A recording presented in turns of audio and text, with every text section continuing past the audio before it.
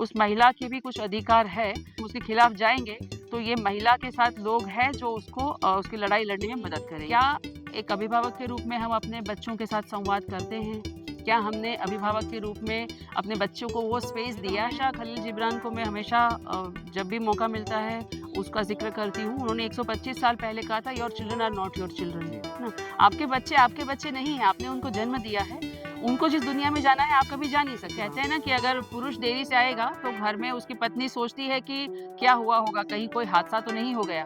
और अगर एक औरत देरी से आती है तो घर वाले सोचते हैं कि पता नहीं किसके साथ गई होगी, जी। कहाँ बैठी होगी, क्या कर रही होगी। इस समय हम उत्तर प्रदेश के आजमगढ़ जनपद में श्री रामानंद सरस्वती पुस्तकालय जोकहरा में है और हमारे साथ यहाँ की डायरेक्टर हिना देसाई जी हैं। अभी इसी 8 मार्च को विश्व महिला दिवस के अवसर पर उत्तर प्रदेश की राज्यपाल माननीय आनंदीबेन पटेल जी ने आपको महिला सशक्तिकरण के लिए सम्मानित किया और आजमगढ़ जोकहरा सेंटर से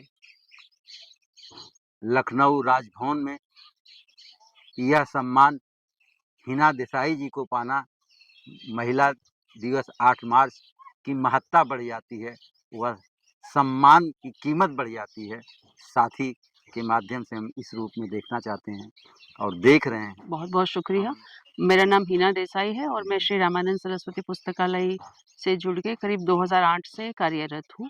मेरे साथ मेरी साथी महिलाएँ शामिल हैं और हम लोग सब साथ मिल के महिलाओं को ताकत मिले, उस हिसाब से काम करने की कोशिश करते हैं। जी।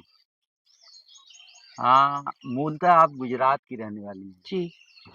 और गुजरात किस शहर में आपका जन्म हुआ और गुजरात में काम, और ये भी सुनने में आता है कि आप chambers of Gujarat Gujarat chamber of commerce के साथ जुड़ के मैं सेक्रेटरी के पद पे कार्यरत रही हूँ। जी। तो यहाँ इसे पिछड़ा इलाका आजमगढ़ का जो दिवारा कहा जाता है, इस दिवारा इलाके में रामानंद सरस्वती पुस्तकालय की जब स्थापना 1993 में हुई, जी। 1993 में हुई, आपका आगमन इस सेंटर पर कब हुआ? 2008 मैंने बताया। 2008 में। जी। 2008 में आने के बाद यहाँ इस गांव में तब तो लाइब्रेरी का स्वरूप भी इस तरह का नहीं था, तो किन चुनौतियों का सामना आपको करना पड़ा?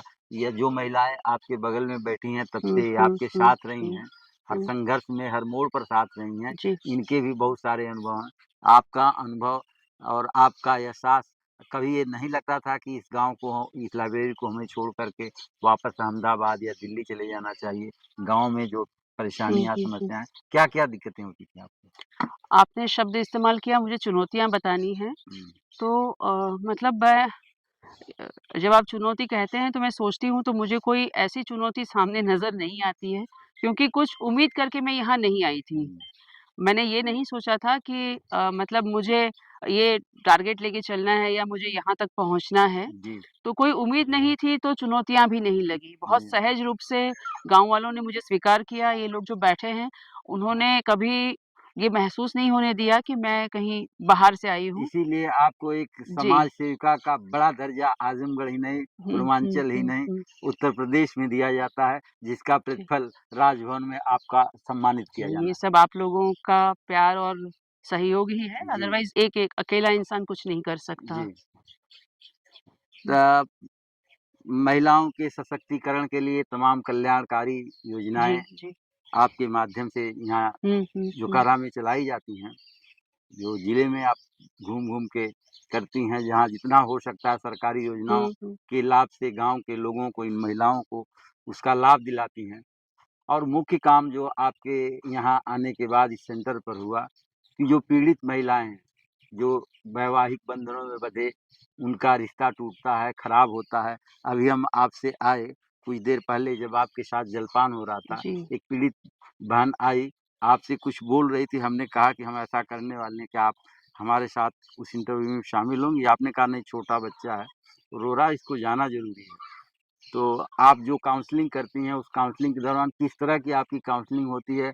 उस काउंसलिंग से कितने लोगों की उम्मीदों को आपने जोड़ा है? और कितने लोगों को नहीं जोड़ पाई हैं, क्या अनुभव होता है, किस तरह के लोग यहाँ आते हैं और उनके लिए कितना कुछ कर पाती हैं काउंसलिंग के ज़रिए? देखिए संस्था ये काम जो संस्था की स्थापना हुई है, उसका मेन जो मकसद था वो यही था कि जेंडर और कास्ट की इक्वालिटी, जो जाति का भेदभाव है वो नहीं होना चाहिए और पुरुष और महिला के बीच का भेदभाव नहीं होना चाहिए। जब आप आंकड़े की बात करते हैं तो हमारी संध्या मैडम बता सकती हैं, करीब 5000 के आसपास हमारे पास डॉक्यूमेंटेड केसेस है। 5000? हाँ सर, यस। इतना 20 साल होने आए हैं तो उतने केसेस जी, तो, जी, जी। और ये तो बड़ी बात। जो डॉक्यूमेंट है वो है, बाकी तो फ़ोन से वगैरह से काउंसलिंग तो होती रहती है। जी, इसमें आपने कहा कि हमारा जो तरीका है वो क्या है? तो काउंसलिंग का ये बेसिक प्रिंसिपल है, हम भी उसको प्रयोग में लाते हैं कि आपको जो भी इंसान की समस्या है उसको सुनना पड़ता है। ये कहते हैं कि महिलाओं को क्या चाहिए? उनको चाहिए कि कोई उनकी बात को सुने, समझे, जी, और ये हमने महसूस किया कि महिलाएँ जब अपनी बात को रखती है हमारे आगे, जी, तब वो खुद अपने आप से बात कर रही होती है, वो हमसे बात नहीं करती। वो खुद अपने आप से बात कर रही होती है जी, और जो बातें उसने कभी सोची नहीं हैं, वो बात सोचने का उसको मौका मिलता है। तो ये हमारा मानना है कि महिला का निर्णय उसका खुद का होना चाहिए, क्योंकि हम लोग जब मशवरा देते हैं तो ये कहते हैं ना कि भाई अपने जूते में कहाँ पे चुभ रहा है, वो जिसने जूता पहना वही जान सकता है, दूसरा नहीं जान सकता। तो वो महिला को क्या चाहिए और वो कैसे अपने, मतलब अगर आप उसको समझौता कहो या अपनी संघर्ष कहो, वो महिला खुद ही तय करेगी कि ये मेरा संघर्ष मुझे कहाँ तक और किस तरह से लड़ना है। हम लोग जो करते हैं, जिसको आप काउंसलिंग कह रहे हैं, हम लोग ये उसको कहते हैं कि उसको एक ऐसा माहौल मिले, जहाँ पे वो अपने आप को स्वस्थ कर सके और वो अपने अपने आप को पहचान सके कि नहीं, उसके भीतर उसके साथ जो समस्या है, वो समस्या है क्या? जी, कई बार जो माहौल है उसमें एक कहता है कि भाई ये पीड़ित है और ये मतलब परेशान करने वाला है, जबकि ऐसा होता नहीं है। जो इंट्रापर्सनल रिलेशनशिप जिसको कहते हैं कि 2 इंसानों के बीच के जो रिश्ते होते हैं ना, जी, वो उसमें बहुत सारी चीज़ें शामिल होती हैं। जी, तो हमारा काम, हम समझते हैं कि उनकी बात को वो खुद रखे और खुद समझे। जी, और उनके बीच में जो छोटी-छोटी मिसअंडरस्टैंडिंग होती है, ज़्यादातर मामलों में वो मिसअंडरस्टैंडिंग खत्म हो जाती है। और जब समाज में एक कहते हैं ना कि महिलाएँ कमज़ोर है, कमज़ोर इसलिए कि महिला के साथ कोई खड़ा नहीं होता, महिला अकेली होती है, उसके मायके वाले भी कई बार चाहते हुए भी नहीं उसके साथ खड़े नहीं हो सकते हैं।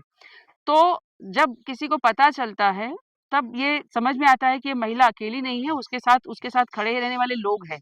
ये डर के बैठ जी, नहीं जी, जाएगी, तो लोगों का नज़रिया भी बदलता है, लोगों का व्यवहार भी बदलता है। और जब ये बात उनको समझ में आती है कि उस महिला के भी कुछ अधिकार है, और अगर हम ये उसको अगर उसका हम उसके खिलाफ जाएँगे, तो ये महिला के साथ लोग हैं जो उसको उसकी लड़ाई लड़ने में मदद करेंगे। तो काफ़ी मामलों में हमने देखा कि मतलब सामने वाले भी बदलते हैं। हम और पूरा हुँ, समाज 21वीं सदी के दौर में हुँ, प्रवेश कर हुँ, गया हुँ। है, गुज़र रहा है। जी। 25 साल हुँ, हुँ, 21वीं सदी के हो गए हैं। उस 25 साल के जो युवा हैं, युवती हैं, इस बदलते परिवेश में हुँ। सामाजिक रूप से किन-किन परेशानियों का सामना उनको करना पड़ रहा है, समाज को करना पड़ रहा है, माता-पिता को करना पड़ रहा है, क्या प्रभाव पड़ रहा है उस पर?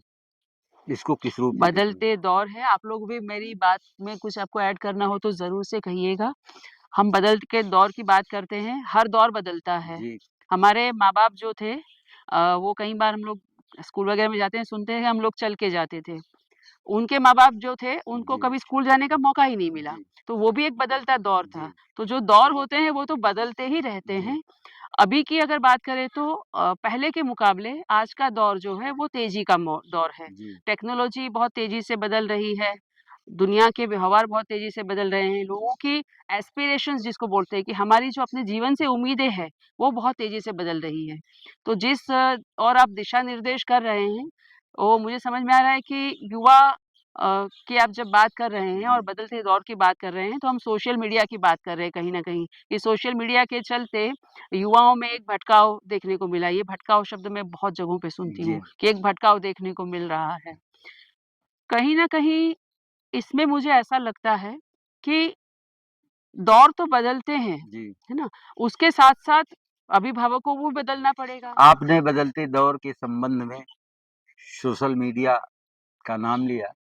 हमारा प्रश्न भी अगला वही था। जी। सोशल मीडिया के दौर में ही हम आप जो बातचीत रिकॉर्ड कर रहे हैं, साथी के माध्यम से हुँ। यूट्यूब पर प्रसारित इसको करेंगे, हम भी इस्तेमाल कर रहे हैं। बिल्कुल। यूपीएससी की तैयारी करने वाले, मेडिकल की तैयारी करने वाले, इंजीनियरिंग की तैयारी करने वाले तमाम विद्यार्थी नेट का इस्तेमाल करते हैं, लैपटॉप का इस्तेमाल करते हैं, मोबाइल फ़ोन का इस्तेमाल जी, करते हैं, जी। वो भी करते हैं। हुँ। लेकिन अधिक ख़ास करके गाँव में, शहरों में भी और गाँव में भी छोटे-छोटे बच्चे और बच्चियाँ हाई स्कूल से लेके इंटर, बीए, एमए तक जिस परिवेश में, जिस वातावरण में हम रहते हैं, हमारे आस-पास इलाके में जो देखते हैं, वो हर जगह यही है कि चैट के माध्यम से, इंस्टाग्राम के माध्यम से, फेसबुक के माध्यम से, व्हाट्सएप के माध्यम से दोस्ती होती है, फिगर देख कर के। अब तो फेसबुक पर चेहरा कुछ और लगा हाँ, है, हाँ। महिला है कि पुरुष है, उससे दोस्ती हो रही है, संबंध बन रहे हैं, प्रगाढ़ता का रिश्ता हो रहा है, भावनात्मक रिश्ता हो रहा है, यहाँ तक कि शादी-विवाह तक के लिए भी तैयार हो जा रहे हैं। मिलने-जुलने के ऐसे भी उदाहरण आए हैं कि कई इस तरह की हत्याएँ हो चुकी हैं, ले जाने के बाद तो शादी तो किए नहीं, और पता चला कि जब भावनात्मक रिश्ता टूटता है, तो फेसबुक पर टूटता है कि ना कि वो आमने-सामने होते हैं। उसमें से या लड़का आत्महत्या करता है या लड़की आत्महत्या करती है। तो ये जो बदलाव हो रहा है, इसमें ख़ासकर अभिभावकों को, समाज को और सरकार को क्या करना चाहिए? यह एक बड़ा प्रश्न है समाज के लिए। देखिए, आप जिस दौर मतलब जिस बात कर रहे हैं, कहीं जी, न कहीं एक समाज के तौर पे आपसे आप जब बोल रहे थे तभी ये बात मेरे दिमाग में आई कि जी, एक जी, समाज के तौर पे हमें ये सोचने की आवश्यकता मुझे लगी कि वो कौन-सा वैक्यूम है, वो कौन-सा जी, वैक्यूम को हिंदी में क्या कहेंगे? वो कौन-सा वैक्यूम है जो हर इंसान चाहता है कि जिसको भरा जाए, भरा जाए। है ना? क्योंकि अगर हम नहीं बिना पहचाने ही किसी के साथ रिश्ते में जा रहे हैं, मतलब कि हमको किसी रिश्ते की आवश्यकता जी, है ना? तो एक समाज के तौर पे वो सुकून कहाँ मिसिंग है, जो हमको ये सब चीज़ों के प्रति आकर्षित करता है? ये आप जब बोल रहे थे तब मेरे दिमाग में ये जी। बात आ रही थी कि वो कौन-सा वैक्यूम है जो हर इंसान को इसमें खींचे जा रहा यही है। तो सवाल है, तो हुँ। फिर उसकी भरपाई और कैसे एक होगी? समाज के तौर पे इस पे हमको सोचना पड़ेगा कि क्या एक अभिभावक के रूप में हम अपने बच्चों के साथ संवाद करते हैं? क्या हमने अभिभावक के रूप में अपने बच्चों को वो स्पेस दिया है कि उसके मन में जो खिंचाव है जैसे आपके पहले वाले सवाल में भी जो था दौर की बात आप कर रहे थे। अभी का जो दौर है क्योंकि तेज़ी का दौर है, भई टेक्नोलॉज़ी हर 6 महीने पे बदलती थी, आज हर 3 महीने पे बदलती है। तो वो जिस तेज़ी से माहौल बदल रहा है, बच्चों को भी अपने को ढालने की कोशिश करनी पड़ती है जी, उसमें। एक साइड घर में हम कहते हैं कि मतलब कुछ हमने रीत-रिवाज़ बना के रखे हैं, उस रीत-रिवाज़ को आपको फ़ॉलो करना है। बाहर आपका सोशल मीडिया जिसके प्रति लोग इतने अट्रैक्ट होते हैं, वही इन्फ्लुएंसर जिसकी चीज़ हमारे घर में हमको मंज़ूर नहीं है, उसी इन्फ्लुएंसर के पीछे सारे ही लोग भागे जाते जा रहे हैं। वो जब किसी मंच पे होता है तो वहाँ बूढ़े-बच्चे सब लोग उसको फ़ॉलो कर रहे हैं। जी, तो एक बच्चा बैठा हुआ सोचेगा ना कि इस बात के लिए हमको मनाही है, यहाँ मंच पे उसी की वाहवाही है, तो 2 में से क्या सही है? ठीक है, खाली स्थान को जो भरने की आपने बात जी, कहा, जी। अभिभावक और समाज को ज़्यादातर तो हम मानते हैं कि अभिभावक को ही सोचना चाहिए। प्रेम कोई बुरी चीज़ नहीं, प्रेम करना चाहिए। प्रेम से ही ये पूरी दुनिया है। प्रेम ना होता तो ये दुनिया ना होती। कबीर ने कहा ढाई आखर प्रेम, हुँ, उस हुँ, ढाई हुँ। आखर प्रेम को लेकर के हम अपने साथी चैनल से भी चल रहे हैं। जी, प्रेम करना चाहिए, कब करना चाहिए, कैसे करना चाहिए, किससे करना चाहिए, प्रेम विवाह भी करना चाहिए। ये हम हुँ, खुले मत के हैं, अपने बिल्कुल है। बच्चों से भी चाहते हुँ, हैं, परिवार में भी चाहते हैं, समाज में भी चाहते हैं, लेकिन उसमें गार्जियन का क्या रोल होना चाहिए, हुँ। उससे पहले बच्चों को क्या बताना चाहिए कि किससे इसमें दोस्ती करो, किससे इसमें प्रेम करो। आपको बीच में रोक के भी कह रही जी, हूँ जी, कि जी, प्रेम की परिभाषा क्या है हमारी? हम जी, प्रेम किसे कहते हैं? हम शारीरिक आकर्षण को प्रेम कहते जी, हैं, जो युवावस्था में हम राइट टू चॉइस पे बातें करते हैं। अ, प्रेम एक शारीरिक आकर्षण भी है, साथ ही साथ एक ज़िम्मेदारी भी है। तो कहीं न कहीं ये बात हम अपने लड़का हो या लड़की, हम अपने बच्चों को ये बात जब बता पाएँगे, सिखा पाएँगे हुँ, कि प्रेम ये कोई एक व्यवहार नहीं है, वो एक ज़िम्मेदारी है। क्योंकि राइट टू चॉइस के मामले में हम लड़कियों को सपोर्ट तो करते हैं, पर साथ ही साथ हमारे अंदर से एक मंशा ये ज़रूर होती है कि क्या वो लड़का उस पे भरोसा करने लायक है? जी, ये भी बड़ी हमको जानना पड़ेगा। ये हम लड़कियों को हमको थोड़ा-सा चालाक बनना पड़ेगा और ये चीज़ों को टटोलना पड़ेगा। क्योंकि जहाँ पे आप अभिभावक की बात कर रहे हैं, बच्चों के साथ अभिभावकों का कम्युनिकेशन बहुत कम है, संवाद बहुत कम है। उसके चलते बच्चे अपने मन की बात माँ-बाप के सामने नहीं रख पाते। तो जिसको पीयर ग्रुप कहते हैं, वहाँ पे बातें होती हैं। अगर मेरी माँ मुझे डाँटती रहती है, जी। तो कोई मुझे अच्छे से बात करेगा, तो स्वाभाविक है कि मुझे वो चीज़ सुकून देगी, मुझे वो चीज़ अच्छी लगेगी और वहाँ पे फिर आकर्षित होना बहुत जहाँ स्वाभाविक तक चीज़ चुप है। रहने का सवाल है कि हम हर तरह की शिक्षा तो हुँ, उनको हुँ, देते हैं, हुँ, डॉक्टर, हुँ, इंजीनियर, डॉक्टर बनाना चाहते हैं। लेकिन जो सृष्टि का नियम है, जिस सृष्टि से हमारा आपका इस पूरी दुनिया का हुँ, भौतिक हुँ, दुनिया को जो देख रहे हैं, जिसकी शुरुआत पहले ही होनी चाहिए। आज आप सैनिटरी पैड बनवा रही हैं, हुँ। अभी आपका देखा है विज़ुअल भी दिखाएँगे अपने दर्शकों जी, को जी। कि उसके बारे में मासिक धर्म क्या होता है, पीरियड्स क्या होता है, 28 दिन तक क्या-क्या चलता हुँ, रहता है। हुँ। ये सब बातें पहले करना पाप जैसा समझा जाता था, नहीं होता होता था। क्या आज समाज को, सरकार को या अभिभावक को ये ज़रूरी नहीं कि अपने बच्चों को जो नैतिक विकास जो कहा जाता है, उस नैतिक विकास में उनके शारीरिक विकास के लिए, मानसिक विकास के लिए और यौन यौन सेक्स के बारे हुँ। में ये बताना चाहिए कि एक तुम लड़का हो, वो लड़की है, तो लड़की-लड़के में क्या अंतर होता है, किस तरह का अंतर होना चाहिए, क्या-क्या सावधानी हुँ, और हुँ। तुम्हारी दोस्ती मित्रता किस तरह की होनी चाहिए, यह यौनिक शिक्षा किस तरह से ज़रूरी है, कितना ज़रूरी हो गया आज के समय में। देखिए एक माँ के रूप में ये जो होनी चाहिए वाली जो चीज़ है ना, मतलब हम भी बच्चे रहे हैं, जी, तो समझ जहाँ पे होनी चाहिए वाली चीज़ आती है ना, जी, वहाँ पे बच्चा विद्रोह करता है। जी, ना? तो अब आप कितने उसके पक्ष में बोल रहे हैं, फिर भी अगर हम ये सोचते हैं कि हम अपनी सोच को अपने बच्चे को देंगे, मैंने तो हमेशा खलील जिब्रान को मैं हमेशा जब भी मौका मिलता है, उसका ज़िक्र करती हूँ। उन्होंने हुँ, 125 साल पहले कहा था, "your children are not your children." जी, ना? आपके बच्चे नहीं हैं, आपने उनको जन्म दिया है। उनको जिस दुनिया में जाना है, आप कभी जा नहीं सकते वहाँ पे। आप 20-25 साल हुँ, के रहे होंगे, तब आपका बच्चा पैदा हुआ जी, है। वो दुनिया में आप तो कभी नहीं जाने वाले हैं। आप उसको सपोर्ट करिए, आप उसको अपनी सोच मत दीजिए। और अगर कोई कहे कि एक ही बात मुझे बतानी है कि इस सब का हल क्या है, तो इसका हल मुझे तो यही लगता है कि हर इंसान को खुद सोचने का मौका मिलना चाहिए। वो अपने भविष्य के बारे में सोच सके, वो अपने करियर के बारे में सोच सके। और हम माँ-बाप हैं जो अपनी सोच को कहीं न कहीं डायरेक्टली या इनडायरेक्टली बच्चों पे डालने की कोशिश करते हैं, जिसको हम संस्कार कहते हैं कि हम उनको संस्कार दे रहे हैं। वो बच्चा भी तो अपने आप में एक पूर्ण व्यक्ति है। जी। हाँ, वो अगर सोचेगा तो मुझे पता है कि आगे चल के खड्डा है, तो क्या मैं गिरूँगी वहाँ पे? कभी नहीं गिरूँगी। पर वो मुझे सोचने का वक़्त ही नहीं मिल रहा है और कोई मुझे रोक रहा है तो मैं दौड़े जा रही हूँ जी। और जाके खड्डे में गिर रही हूँ। तब कह रहे हैं कि हम भटक गए हैं। अक्सर देखा जाता है कि हुँ, जो भावनात्मक रिश्ता होता है, किसी को भी किसी लड़के को किसी लड़की को कहीं भी ले जा हुँ, हुँ, सकता है। हुँ। ठीक है, उसको सोचने का बराबर का अवसर दोनों को मिलना चाहिए, हम इसकी हुँ, पूरी हुँ, हुँ। तरह से हम इसका समर्थन करते हैं। जी। लेकिन एक रिश्ता भावनात्मक जब होता है और लगाव जब बढ़ता है, दोनों के बीच परस्पर भरोसा, हुँ, ईमानदारी हुँ।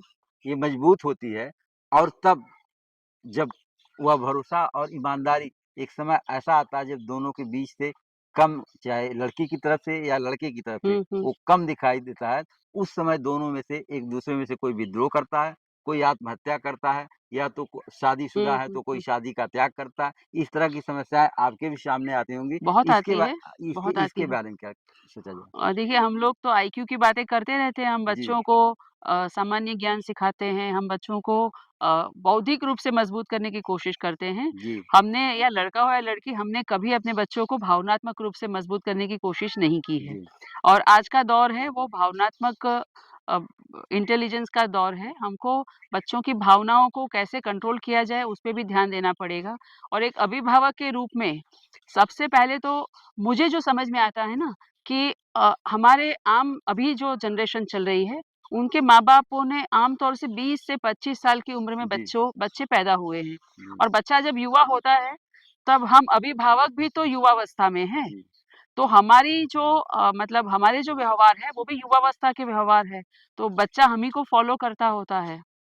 तो कहीं न कहीं अगर शादियाँ थोड़ी-सी ज़्यादा उम्र में होगी, बच्चा जब पैदा हो तब माँ-बाप मैच्योर हो, ये बहुत ज़रूरी है जी, ना? और आम तौर पे गाँव में हम देखते हैं कि बच्चा तो हो जाता है पर उसके अभिभावक जो माता-पिता हैं, वो उतने मैच्योर नहीं हैं कि वो बच्चे की ज़िम्मेदारी को समझ सकें। तो इस पे भी एक समाज के तौर पे हमको काम करने की ज़रूरत है कि पहले पति-पत्नी मैच्योर बने, वो सक्षम बने कि वो एक बच्चे की ज़िम्मेदारी ले सकते हैं, तभी जाके वो बच्चा पैदा भारत करें। जैसे देश में हुँ। विवाह जो धार्मिक तौर हुँ, से हुँ, होता है, हुँ, हुँ, वह एक हिंदू विवाह एक समझौता। हुँ, लेकिन उसके आज के समय में जो प्रेम विवाह चल रहा है उसको मान्यता भी दी जा रही है, टूट रहा है समाज। हुँ, लोग ऐसी शादियाँ कर भी रहे हैं। लेकिन प्रेम विवाह कभी-कभी जब टूटता है, जब उसमें हुँ, कुछ हुँ, दरारें हुँ, पड़ती हैं, वह दरार चाहे ईमानदारी की हुँ, या हुँ। भरोसे की, जब टूटती है, उसके लिए अभिभावक को बचपन से अपने बच्चों को क्या सिखाया जाना चाहिए, कैसी तरबियत दी जानी चाहिए? अ, लड़का हो या लड़की आप अगर उसको आत्मविश्वास देंगे, उसको अपने आप में संपूर्ण बनने का मौका दीजिए। अगर मुझे अपने आप पे भरोसा है और कोई मेरे से धोखा करता है, तो मैं कभी आत्महत्या नहीं करूँगी। हुँ, क्योंकि हर इंसान अपने भविष्य को सोचता है। मैं किसी पे इतनी आधारित हो जाऊँ कि मुझे मेरा भविष्य अंधकारमय जी, दिखे, तब जाके फिर मैं एक्सट्रीम स्टेप ले सकती हूँ। जी, तो हमें अपने बच्चों को आत्मविश्वास देना चाहिए, जी, उनको एक भरोसा देना चाहिए कि वो अकेले नहीं हैं, जी, उनके पास सपोर्ट है। जी, और किसी के आधारित न रहो, सबसे अगर एक सीख किसी को भी देनी हो तो ये देनी चाहिए, आप इंडिपेंडेंट बनिए। जितनी आपकी क्षमता है, जो आपकी ज़रूरतें हैं, वो आप खुद पूरा कर सकते हो। जी, तो मुझे लगता है कोई मुझे धोखा देगा तो मुझे आगे का मेरा भविष्य दिखेगा। जी। हुँ, हम भारत का संविधान ये कहता है कि लैंगिक, जाति, हुँ, धार्मिक हुँ, आधार हुँ, पर किसी के साथ भेदभाव नहीं।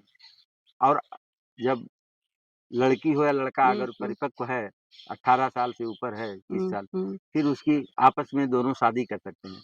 जब वो शादी करना चाहते हैं, पढ़ लिख कर के भी, जी।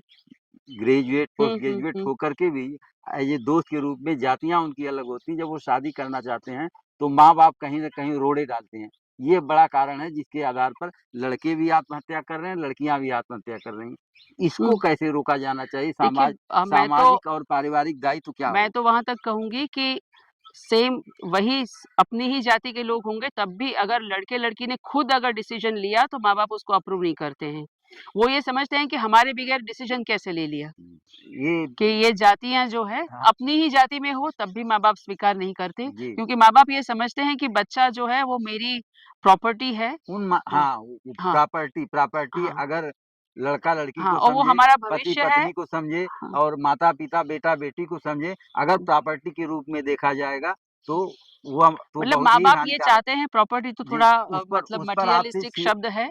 हुँ, सीधे इस हुँ, सवाल पर हुँ, हम कहना चाहेंगे, हुँ, आपका क्या स्पष्ट मत है और हुँ, क्या कहना चाहेंगे उन अभिभावकों से, ऐसे हुँ, माता-पिता हुँ। को? मैंने पहले ही कहा है कि आपके बच्चे नहीं हैं सिर्फ़, वो तो भविष्य के बच्चे हैं और उनको वो अपनी सोच लेके आए हैं, उनको भी उसके पास भी वो बौद्धिक क्षमताएँ हैं जो आपके पास है। उनको अपने निर्णय लेने की मतलब आप मौका दीजिए, उनको वो सोच अपनी वो उस सोच को शेप दे सके, वो अपनी सोच को समझ सके। आप अगर उसका एक हमको पता है कि ये डायरेक्शन आपने दे के रखा है और उसी रास्ते मुझे चलना है, तो मैं वहीं पहुँचूँगी जहाँ आपने रास्ते को ख़त्म किया है। जी। और अगर मुझे अपने रास्ते बनाने हैं, तो वो मौका दीजिए। मैम, जिस हाँ। जेंडर इक्विलिटी को लेकर के हुँ, आप गुजरात जैसे प्रांत को छोड़ हुँ, कर के, हुँ, हुँ। यहाँ तो आप भोजपुरी भी बहुत अच्छी बोल लेती हैं। थोड़ी-थोड़ी। हुँ, भोजपुरी बोली में आप हुँ, गीत भी हुँ, गा हुँ। लेती हैं। जी। तो यहाँ आने के बाद जेंडर इक्विलिटी का जो सवाल है, इसको हुँ, हुँ। मजबूत करने के लिए क्या कुछ किया जा सकता है? बहुत कुछ। जैसे एक सवाल है हुँ, हुँ, और बहुत कठिन सवाल है, उसका उसी तरह से उत्तर भी बेबाकी से आप दीजिए हुँ, ताकि हुँ, पूरा समाज इसको देख सके, सुन सके। हुँ। पूछिए। बाप की पगड़ी हुँ, बेटी सँभाले। हुँ। बाप का वारिस कौन होता है? लाडला होता है। साथी का ये सवाल जेंडर इक्वलिटी का जब तक सवाल है, साथी हमेशा इस सवाल को पूछता रहेगा, वो हुँ। सवाल आज भी है कि बाप ये की पगड़ी बेटी ही क्यों सँभाले? बेटा क्यों अच्छा नहीं? हम मुझे तो सवाल ये पूछना है कि बाप की बेटी पगड़ी सँभाले, ये कहावत बनाई किसने है? ये तो पूरी पितृसत्तात्मक समाज है जी, जिसने ये कहावत बनाई जी, है ना? तो और अगर बाप की पगड़ी बेटी सँभाल रही है, जी, तो वो पगड़ी का श्रेय भी तो बेटी को मिलना चाहिए जो नहीं मिल रहा जी। है। हम पुरुष हैं, आप एक स्त्री हैं। पुरुष कुछ भी, कोई भी तरह हुँ, का हुँ। व्यभिचार करता है, ए सुनो भाई। हुँ, सेक्सुअल डिसऑर्डर से कहीं भी हुँ, जा हुँ, सकता हुँ, है हुँ। और उतना वो बदनाम नहीं होता जितनी एक लड़की होती है। बिल्कुल। सेक्सुअल बिहेवियर तो दोनों का एक साथ होता है, पैरेलल दोनों है। जेंडर अलग, जेंडर इक्वलिटी, जेंडर सिर्फ एक लड़का है, एक लड़की है, समानता तो दोनों की है। बिल्कुल। तो पुरुषों को क्यों नहीं धिक्कारा जाता, लड़कों को क्यों नहीं धिक्कारा जाता? समाज हमेशा हमेशा औरतों पर और लड़कियों पर वो जो प्रश्न चिन्ह हटाता है, उस समाज के लिए क्या कहना चाहेंगी? और जब तक ये बराबरी, जेंडर इक्वलिटी के लिए ऐसा नहीं होगा कि जितनी लड़की जिम्मेदार है उतना ही लड़का जिम्मेदार है, अगर ऐसा नहीं होता है तो हम सही मायने में नहीं कहेंगे कि ये जेंडर इक्वलिटी के सवाल को हम मजबूत कर रहे हैं या आगे बढ़ा रहे हैं। सही बात है, ऐसा बिल्कुल नहीं होना चाहिए और ये होता है, ये भी बहुत आम है। एक कहते हैं ना कि अगर पुरुष देरी से आएगा तो घर में उसकी पत्नी सोचती है कि क्या हुआ होगा, कहीं कोई हादसा तो नहीं हो गया। और अगर एक औरत देरी से आती है तो घर वाले सोचते हैं कि पता नहीं किसके साथ गई होगी, जी, कहाँ बैठी होगी, क्या कर रही होगी। जी, तो ये आप जो कह रहे हैं वो बहुत ही आम चीज़ है, ऐसा नहीं होना चाहिए। पर वो दूर करने के लिए पुरुष और स्त्री दोनों को ये मतलब सोचना पड़ेगा कि कहीं न कहीं अनजाने में हम भी तो वो चीज़ नहीं करते। जी, एक महिला अगर नौकरी कर रही है, कुछ महिलाएँ, अगर कोई दूसरी महिला के बारे में ऐसी बातें सुनती है, तो कोई महिला उसको मतलब उसका प्रमाण लेने नहीं जाती, वो मान लेती है और वो उस बात को आगे बढ़ाती है। आप अक्सर अपने संबोधन में, बातचीत में भी कहती हैं कि किसी लड़की को या किसी महिला को हम क्यों एक शरीर के ही रूप में देखते हैं? शरीर तो हमारा भी है, आपका भी है, तो किसी लड़की को या महिला को हम शरीर के ही रूप में क्यों देखते हैं? बिल्कुल नहीं देखना समाज चाहिए। ऐसा क्यों कर रहा है? समाज क्यों कर रहा है वो तो समाज को ही सोचना पड़ेगा नहीं क्योंकि एक तो महिला और लड़की के तौर पे हम लोग तो ये मानते हैं कि हम सिर्फ शरीर नहीं है, आप ही की तरह हमारे पास भी दिल है जो धड़कता है, जी, उसमें भावनाएँ हैं, जी, वो चोट आप अगर बुरी बात बोलते हैं तो हमको भी चोट पहुँचती है। जी, हमारे पास भी दिमाग है जो आप कभी-कभी आपसे भी बेहतर काम हम लोग कर ले जी। जाते हैं। नहीं, नहीं, आप एक हुँ, काउंसलर हैं, तो जी। काउंसलर के नाते आपने कहा कि 5,000 लोगों को हमने, तो उन हुँ, हुँ, 5,000 लोगों में अभिभावक भी आए होंगे, तो बिल्कुल। ऐसे अभिभावकों को ऐसे सवालों के घेरे में कैसे लाती हैं और कैसे समझाती हैं कि आपको क्या करना चाहिए अपने बच्चों के साथ? देखिए स्त्री सिर्फ शरीर नहीं है ना, ये बात स्त्री को खुद को भी सोचनी पड़ेगी क्योंकि हमने अपने दायरे बना के रखे हैं कि हमको कितना मोटा होना चाहिए, हमको कितना पतला होना जी, चाहिए, कौन कितना गोरा है, काला है, कौन सुंदर है, नहीं सुंदर जी, है। तो ये सारे पैरामीटर्स हमने अपने आप पे लागू किए हुए हैं। तो अगर हम मानते हैं कि हम सिर्फ शरीर नहीं हैं, तो हमारे पास जो दूसरी चीज़ें हैं, जो बौद्धिक क्षमताएँ हैं, उसको भी हमको उतना महत्व देना चाहिए, वो कहीं न कहीं हम महिलाएँ भी नहीं देती हैं। तो दोनों को सोचने की ज़रूरत है और दो हम तो 1 या 2 की भी बात नहीं करेंगे, एज़ अ समाज हम जिस चीज़ को इम्पोर्टेंस दे रहे हैं, जी, है ना? तो उसी चीज़ की वाहवाही होगी और जी। जिसकी वाहवाही होगी, हमारे बच्चे उसी को फ़ॉलो करेंगे। आपके नज़रिए से हुँ, समाज में जेंडर इक्वलिटी के हुँ, लिए क्या कुछ ऐसा होना चाहिए जिससे जेंडर इक्वलिटी हुँ। महिला पुरुष की एकता बराबर दिखे? मुझे लगता है एक ही चीज़ होनी चाहिए, एक एक इंसान का दूसरे इंसान के प्रति जो सम्मान है, जी, वो बने रहना चाहिए। वो इक्वल फिर बराबरी का स हो। आप सबको सम्मान दीजिए तो जी, फिर ये सब दुर्व्यवहार का मौका ही नहीं आएगा। आप अपने घर में माँ को जितना सम्मान दे रहे हैं, अपनी पत्नी को उतना सम्मान दीजिए। अपनी भाभी आप पड़ोस में कोई महिला है तो उसको उतना सम्मान दीजिए। महिला पुरुष के बीच हुँ, भेदभाव को कम करने के लिए हुँ, शिक्षा, हुँ, साक्षरता, जागरूकता या उसका स्वावलंबी होना, मतलब आत्मनिर्भर होना हुँ, कितना हुँ, मायने रखता है? हुँ, आपने बहुत सारी महिलाओं को आत्मनिर्भर बनाया है। हुँ, अगर एक महिला हुँ, आत्मनिर्भर हुँ। बनती है तो वह जेंडर इक्वलिटी के लिए भी एक मजबूत महिला बन मज़बूत सकती है। शिक्षा इस पर बहुत आपको क्या कहना है? शिक्षा बहुत ज़रूरी है, वो एक आपको मज़बूती देती है। आत्मनिर्भरता आप अगर आमदनी कर रहे हैं, वो भी आपको मज़बूत बनाता है। पर उससे भी आगे अगर आत्मविश्वास हम अपने बच्चों को दे सकते जी। हैं, अपनी लड़कियों को दे सकते हैं, तो आत्मविश्वास से बेहतर ताकत कोई चीज़ नहीं देती। इस समय हुँ, श्री रामानंद सरस्वती पुस्तकालय जी। जो कारा जहाँ की आप डायरेक्टर हैं, हुँ, हुँ, हुँ। इस समय कौन-कौन सी योजनाएँ महिला कल्याण के लिए या ग्रामीण हुँ, महिलाओं हुँ, के लिए हुँ। चलाई जा रही हैं, उसके बारे में कुछ बताएँगे? हम लोग कोई योजना के तौर पे कार्य नहीं करते हैं। संस्था की आज से करीब 30-32 साल पहले वीएन राय साहब ने स्थापना की थी। तब एक ही मकसद था कि जो भेदभाव है समाज में जी, वो नहीं होना चाहिए, ना लिंग का होना चाहिए, ना जाति का होना जी, चाहिए। तो जहाँ जो ज़रूरत लगती है, वहाँ हम खड़े होते हैं। जी, बस हम एक ही चीज़ दे सकते हैं कि एक ऐसा माहौल हम बना के दें, जहाँ पे कोई भेदभाव ना हो और हर महिला हो या पुरुष, कमज़ोर अपने आप को समझता हो, तब भी वो हिम्मत से अपने यहाँ तक पहुँच सकता है। जी। बस ये एक सुकून हम दे सकते हैं, उसके अलावा योजना के तौर पे हम कोई कार्य अभी नहीं कर रहे तो हैं। आपसे आप आश्वस्त भी हैं, थोड़ी बातचीत लंबी हुँ। हुई है।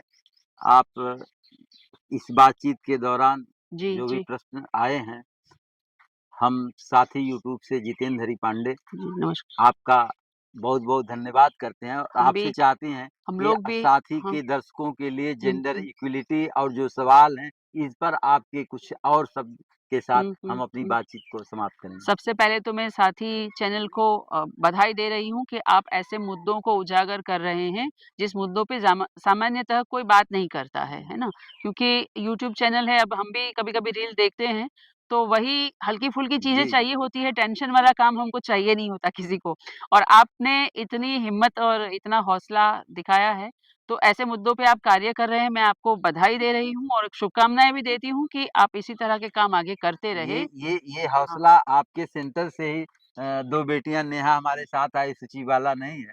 ये बिल्कुल। थीम तो उनकी हुँ, थी हुँ, सर हुँ, हुँ। जेंडर इक्वलिटी के लिए मैम हिना मैम ने हम लोगों को जो समझाया है, इस तरह का यूट्यूब कुछ हुँ, शुरू हुँ, किया हुँ। जाना चाहिए। ऐसा हमारा इस पर तो बात आपसे कर ही चुके जी, हैं, जी। इस पर लेकिन ये बात हुँ, हुँ। आपने जब बोल ही दिया कि आप क्यों कर रहे हैं, तो हम नहीं कर रहे हैं।